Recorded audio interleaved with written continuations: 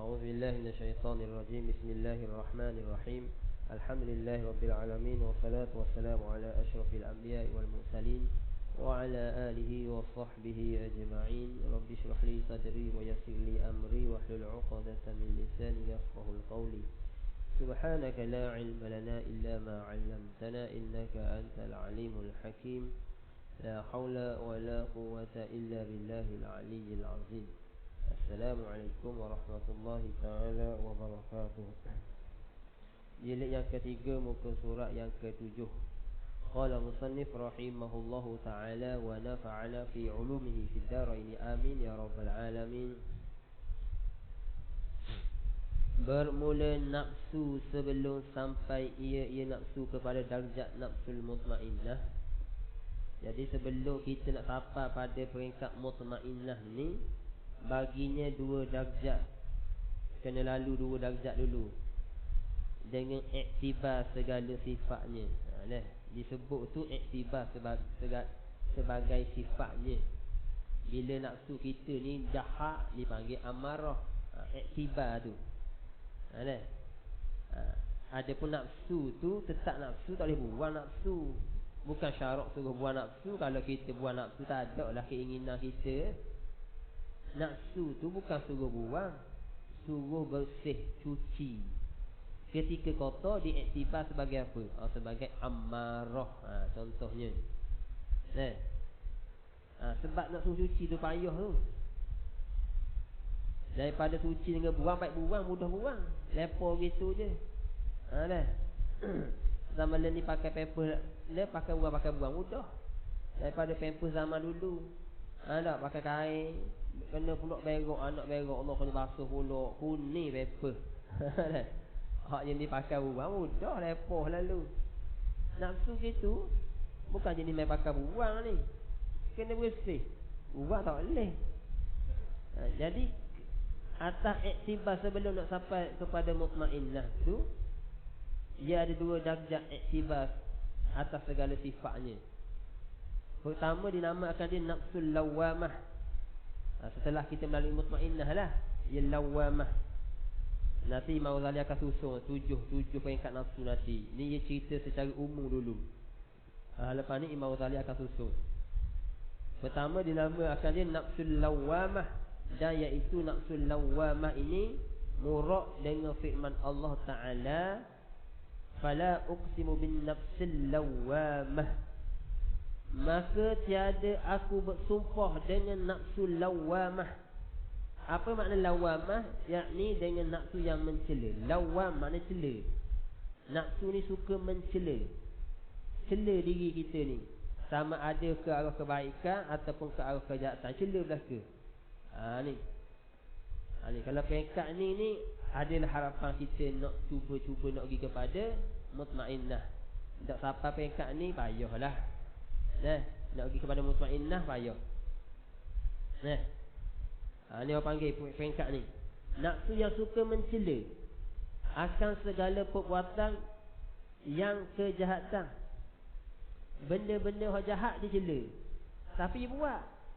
Dia tak mampu. Dia tahu benda ni jahat, salah, ingin nak buat, tapi pak berlaku. Allah teruknya aku, ya Allah, astagfirullahaladzim, ya Allah. Dia mari. Segala perbuatan jahat, kerana ada sifat orang yang mempunyai nafsu lawamah itu mencela akan segala maksiat.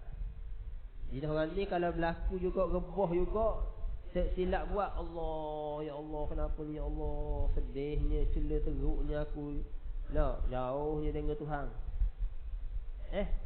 Buat pula. Hati tu mari teringin nak buat, tapi dalam masa sama dia cela, dia tahu benda ni salah.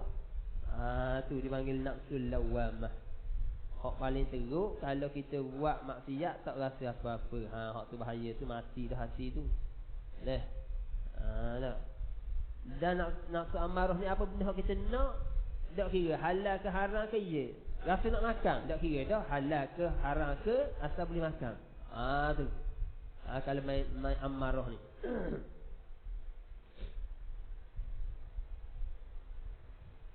Tetapi belum lagi lepas sekali-kali daripada maksiat. Tak lepas. Memang cela tapi tak lepas. Ada. Macam jenis orang hak suka tengok puas comel-comel. Dia tahu benda ni haram ni. Nyesal dah, tapi dalam hati ni kalau ada peluang sekali lagi nak juga. Dalam masa sama berat-berat.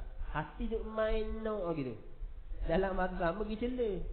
Marah, salah. Ada. Kalau Tuhan bagi peluang aku sekali ni mungkin aku buat tu. Tahu dah benda ni haram ni, dosa ni. Yo mari gitu.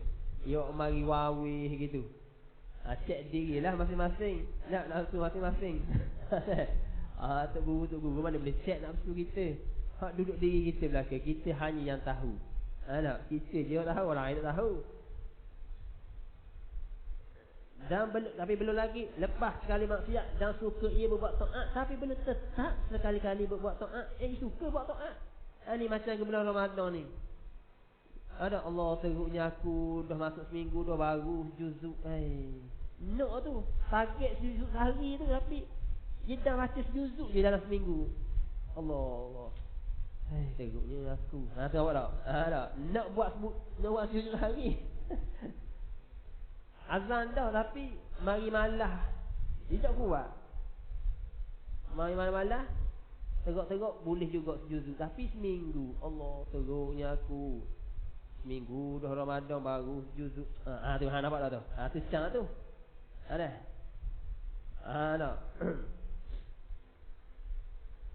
Tak. Daripada hok buat hok lapang, Allah nak buat lapang jadi 4. Hak jadi target nak buat 20, Allah target nak 20 lapang je. Tak.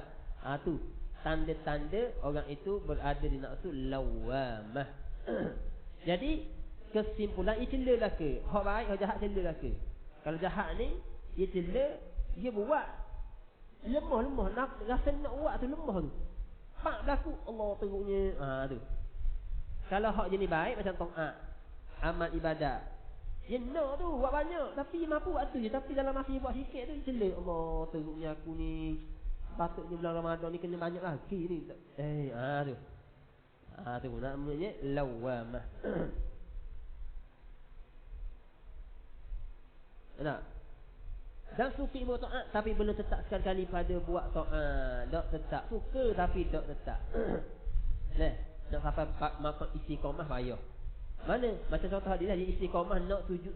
Contohnya 1 juzuk sehari, tapi tak istiqamah, jadi sepipi sehari contohnya. Tak? Tu. Kadang-kadang pipi sehari, kadang-kadang selas sehari, kadang-kadang setengah pipi. Tu. Tapi hati cela, teruknya buat apalah aku hari ni setengah pipi ni, benarnya kena sujud. Tu. Ayalah ke tu. Kerana seorang pada martabat nafsu lawamah itu, iaitu waktu memerangi akan hawa nafsu. Ni. Orang hak duduk nafsu mutmain lawamah ini, waktu memerangi akan hawa nafsu. Tuhan nak bagi jalan dah tu, nak bagi cang dah tu. Masa tu kita perang comel-comel, kena perang molek tu. Tak? Kena pegang hawa nafsu tu. Pegang hawa nafsu dipanggil mujahadah. Mujahadatun nafsi ni. Ya, mujahadatun nafsi ni lebih besar daripada jihad fi sabilillah. Jihad fi sabilillah mujahadah sikit. Mana lebih afdal?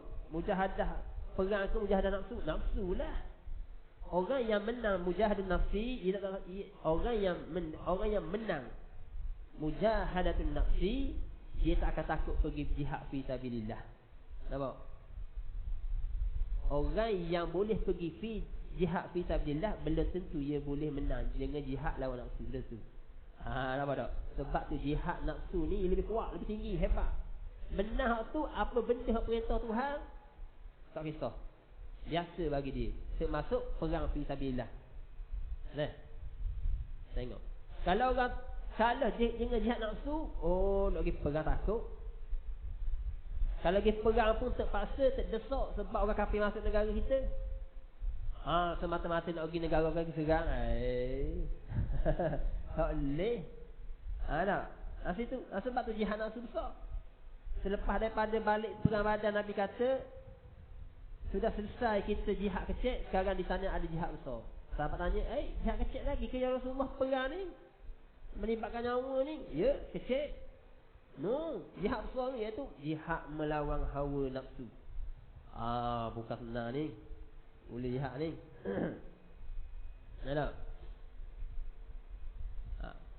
Kerana belum lagi hilang daripada hawa nafsu itu dengan segala sifat kejahatan yang berkehendak berbuat akan maksiat. Kena perang lah. Sebab masih lagi kalah dengan kehendak nafsu nak buat jahat tu. Masih lagi kehendak. Walaupun mencela, comel dah mencela, tapi kehendak tu ada lagi. Belah-belah kehendak, belah-belah cela. Belah-belah kehendak, belah-belah cela. Tak? Situ. Aku tahu main perempuan ni haram. Itu perempuan haram, tapi kalau dia keluar sekali mungkin aku buat kau. Tak ada mungkin tu. Dia tahu benda tu teruk tu. Salah. Nak. Tak apa sekali ni, kalau aku buat pun mungkin sekali lah. Mungkin sekali, lepas tu taubat dah. Contoh. Sekali-sekali. Buat pula, sekali lagi. Buat pula, sekali lagi. Cela pula. Buat cela. Nah. Maka mencelai seorang ni akan dirinya cela dan tiada suka kepada macam itu. Walaupun dia suka benda maksiat tu, cela tak suka. Bersalahan seorang yang telah sampai martabatnya kepada nafsul mutmainnah lain. Orang yang sampai pada makam nafsul mutmainnah, maka iaitu telah tetap hatinya kepada berbuat atas kebajikan. Hati tetap atas kebajikan. Tak ada ingin nak buat maksiat. Tetap hati tetap. Berlaku juga maksiat tu bukan hati yang nak berlaku. Ia berbeza dengan orang nak lawamah. Walaupun tak berlaku lagi hati tu, dia ada mari lagi. Kalau buat sekali tak akhir ni mungkin dia mari, dia nak je. Tapi Allah sebut boleh. Tak. Salih ni haram ni. Boleh. Dan sama rasa no kau. Tapi duk main gitu.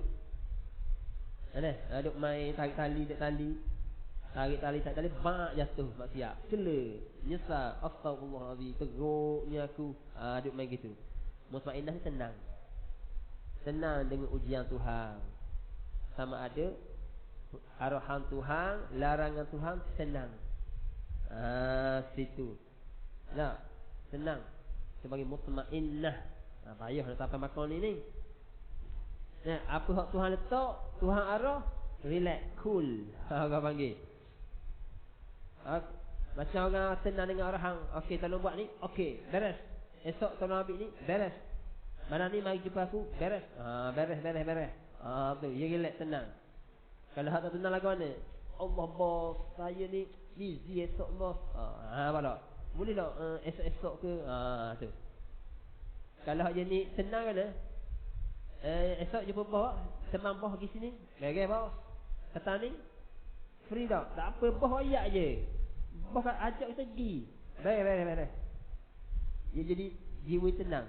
Apa perintah Tuhan, Tuhan letak dia kat arah mana? Kemiskinan ke, kekayaan ke, sihat ke, sakit ke, perintah ke, larangan ke, semuanya tenang belaka. Beres belaka, tak kisah. Nak sampai pada makam martabat nafsul mutmainnah. Maka itu telah tetap hatinya kepada berbuat atas yang kebajikan. Tiada sekali-kali bergerak hatinya itu berbuat maksiat. Hati tak ada bergerak-gerak nak buat kemaksiat. Tak ada. Kalau berlaku maksiat, itu lain. Ni hati dalang ni. Tak ada bergerak rasa nak buat maksiat. Kalau diri kita ni, dah, walaupun kita ni tak buat maksiat lagi, tapi hati kadang-kadang mari je. Kalau Tuhan uji aku lagu ni, tahu lah, boleh kedok. Ada kan, tengah orang cakap, macam mana kalau Tuhan uji lagu ni pula? Tu aku Wallahualam, dah tahu. Kadang kita tanya diri kita tu macam mana. Itulah level kita, level nafsu lawamah. Dan yang kedua dinamakan nafsu ammarah, yang dibincangkan sebelum ni. Yakni nafsu menyuruh berbuat maksiat dan suka ia berbuat kejahatan. Ni tak kira. Nak akal tak kira dah, halal ke haram ke tak kira. Nak gitu, nak ni tak kira. Halal haram tak kira, asal dapat. Tu. Jangan main. Nak orang puan tak kira dah, halal ke haram ke tak kira, asal dapat. Tu. Itu buat jahat je. Inilah martabat yang ke bawah sekali, martabat nafsu, yang iaitu sejahat-jahat nafsu. Dan iaitulah nafsu ammarah yang tersebut dalam ayat wa ma ubari'u nafsi innan nafsa la ammaratun bisu. Hak dahulu itu.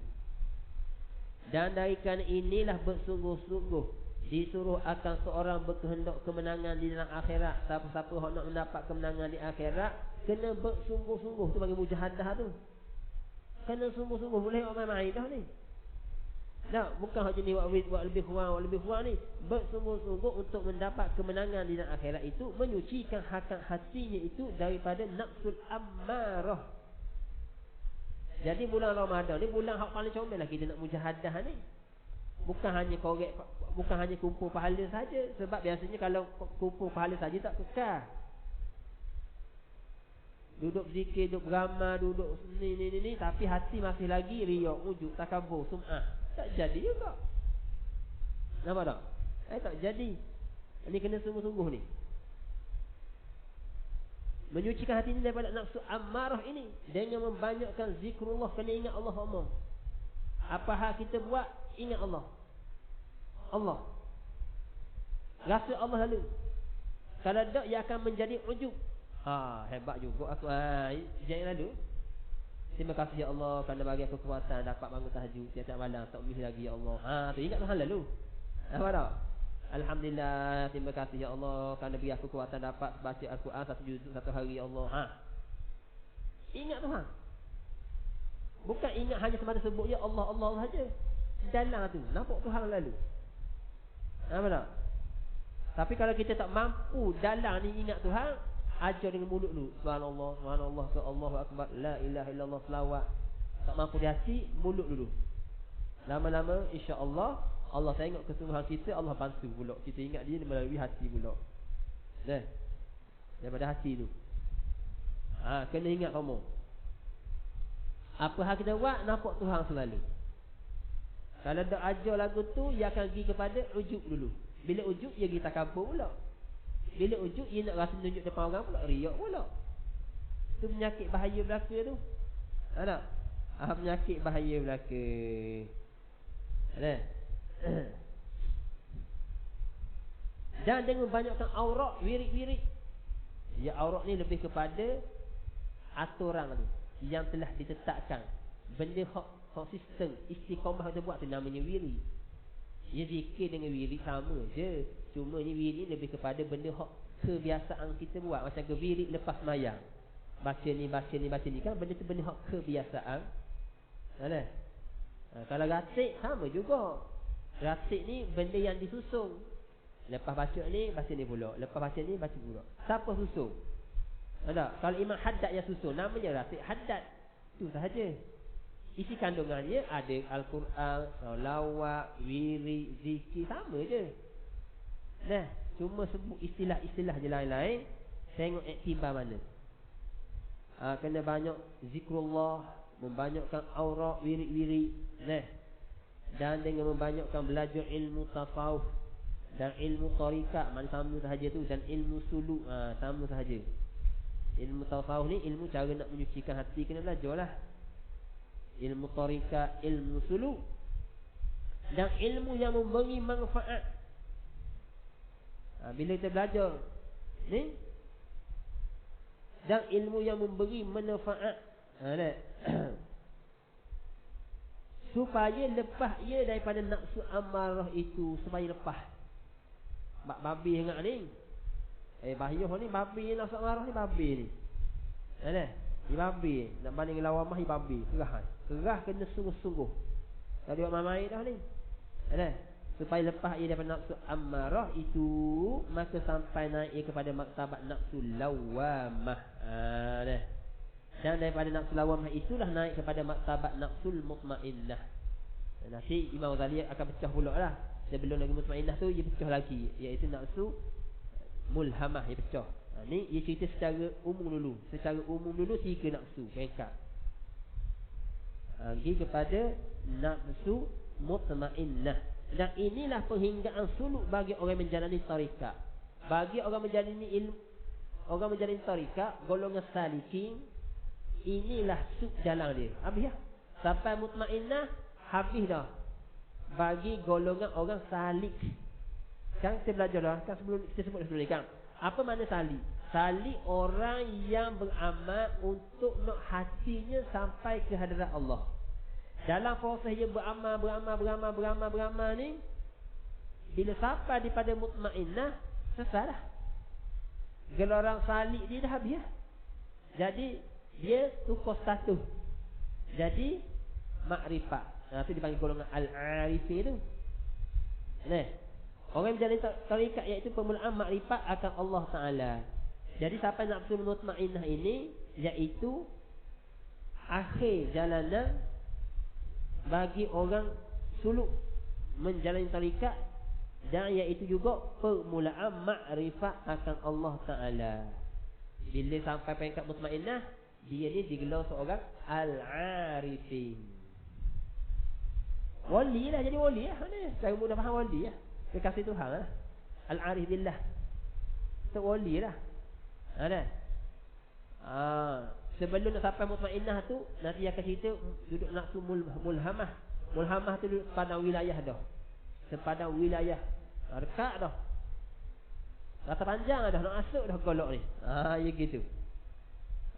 Golongan arif ini dipanggil waliullah, kekasih Allah. Banyak istilah kekasih Allah ni.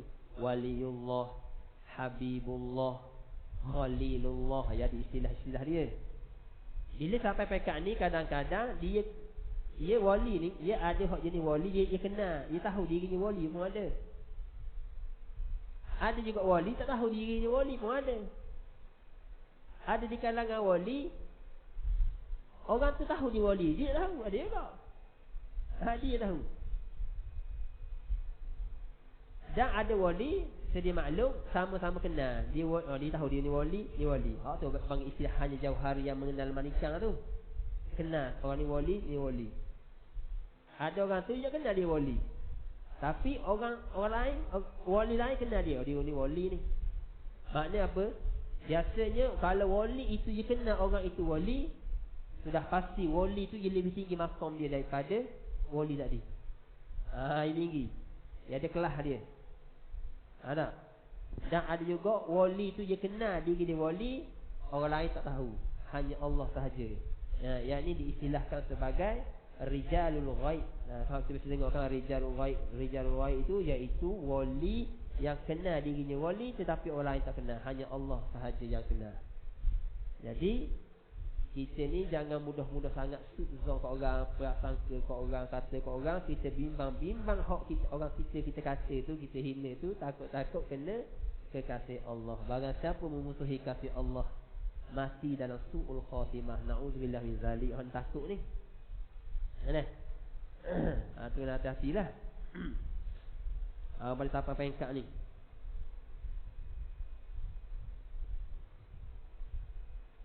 Dan hasillah daripada perkataan disebut oleh Imam Ghazali ini, rahmatullah ta'ala dan Ihya Ulumuddin, dan dalam kitabnya Mukhtasar yang disebut oleh Imam Al-Ghazali di dalam kitabnya Al-Mukhtasar,